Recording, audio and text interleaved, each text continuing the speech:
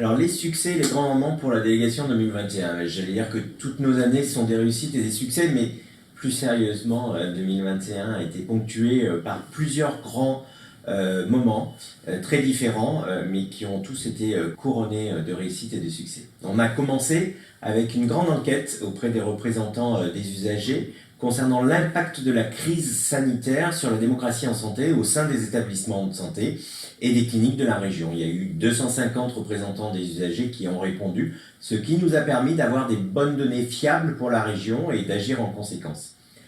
Puis il y a eu la journée européenne de vos droits en santé en 2021 que nous avons pu organiser en proposant aux représentants des usagers et aux établissements de santé de se mobiliser tout en initiant une animation conséquente sur les réseaux sociaux. On peut dire que la journée européenne de droits en santé a donc été multiplateforme en 2021.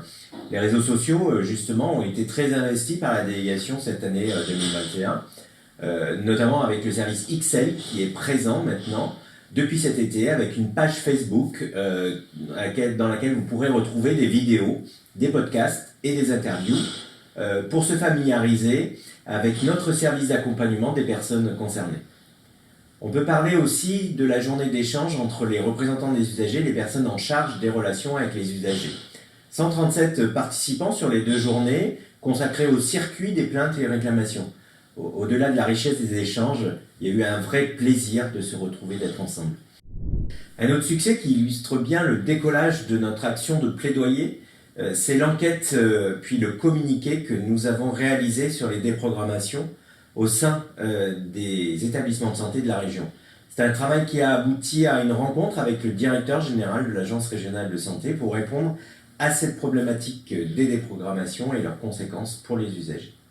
Enfin, je veux retenir le défi citoyen, Agis pour ta santé, des jeunes de 16 à 25 ans qui ont travaillé à des propositions pour la santé et leur santé.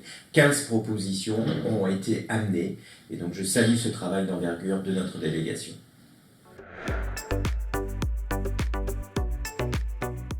Alors, les grandes échéances à venir en 2022, elles sont nombreuses, je vais en retenir 2. C'est d'abord les dates anniversaires. Les 20 ans des lois de 2002, celle de janvier pour les droits des personnes dans le secteur médico-social, et puis celle de mars, dite loi Kouchner, pour les droits individuels et collectifs des usagers de la santé. Nous préparons sur la région plusieurs actions pour marquer ces anniversaires en 2022.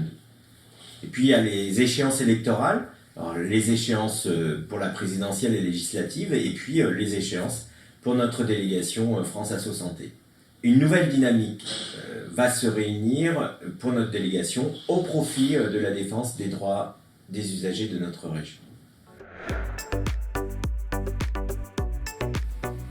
Alors si je devais donner une couleur pour 2022, je la souhaiterais orange. C'est la couleur de la créativité, de la jeunesse et de l'enthousiasme. Je crois que ça illustre bien notre délégation, et notamment je veux parler de la jeunesse qui a été chahutée pendant la période de la crise sanitaire. On a vu que les jeunes peuvent se mobiliser au profit de leur santé, et donc je voudrais retenir le orange aussi pour ça.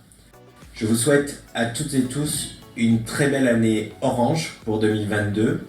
Vous, adhérents de la délégation Vernon-Alpes, représentants des usagers, les élus de nos instances et puis toute notre équipe salariée, très belle année 2022.